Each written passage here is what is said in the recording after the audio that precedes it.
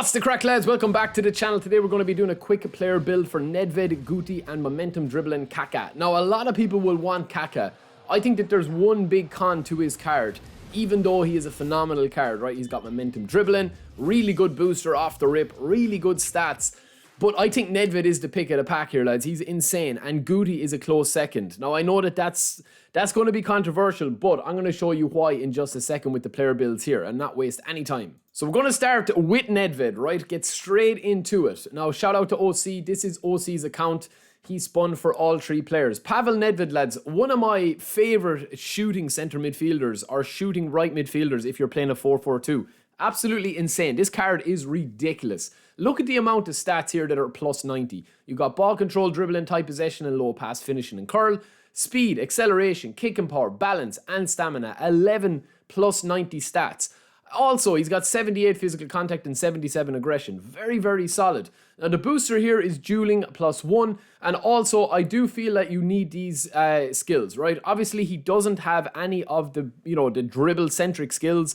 So flip-flap is needed still on this card. Double touch, soul control, first time shot, low lofted pass. He has one touch pass. He has true passing. He has long range shooting, dipping shot, rising shot, knuckle shot, long range curler, and outside curler. And of course, phenomenal pass as well. You get flip-flap to him, you've got a very, very silky hole player that can play centre midfield or attacking midfield, left wing, left mid, right mid. Phenomenal card, lads. 35 levels. This is the build of him here. 10, 9, 7, 7, 8, 2, 1.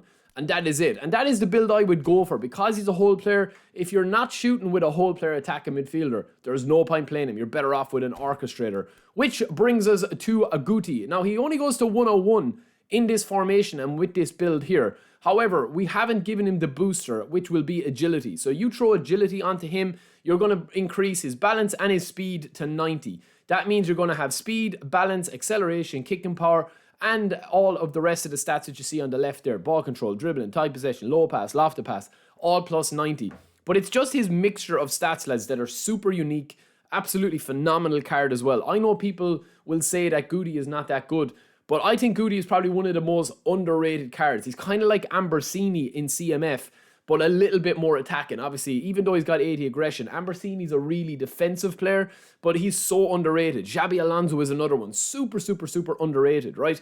That is the build there. He's missing 90 curl, he's missing 85 plus finishing, and he's missing 85 plus stamina. But everything else is phenomenal. It's literally like a perfect orchestrator card if you do not have Pirlo and you're not too worried about defensive abilities, because Pirlo is just the daddy. He's the best of both worlds.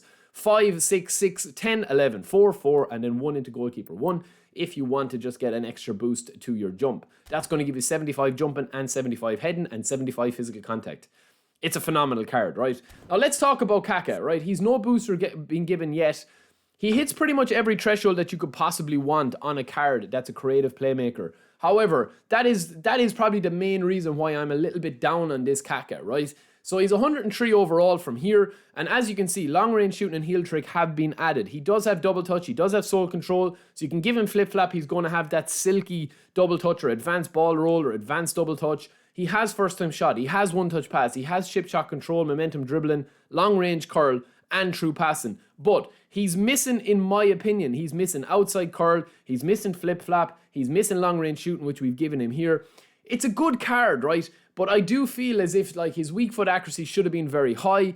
I feel like that this card is a little bit of a miss because of his creative playmaker playstyle. Now you'll say, oh, but Barry, you play Gareth Bale up front and he's a prolific winger and he's still beast. Yes, but I think that's just pure down to Bale's like unique blend of like speed and strength. Gareth Bale is essentially Rafael Leao, right, with the dribbling of somebody like Hazard. He's not quite on the level of the ultimate dribblers, like Messi when he controls well, although Messi's been nerfed into the ground for some reason, and he can't control, I don't know what's going on with him. But this Kaka is a little bit disappointing because, let me talk you through it. 82 attacking awareness. That's a little bit of a concern. If he was a whole player, it should be probably 90. You also have his speed and acceleration. His physical contact doesn't go over 85 for a running gun type player.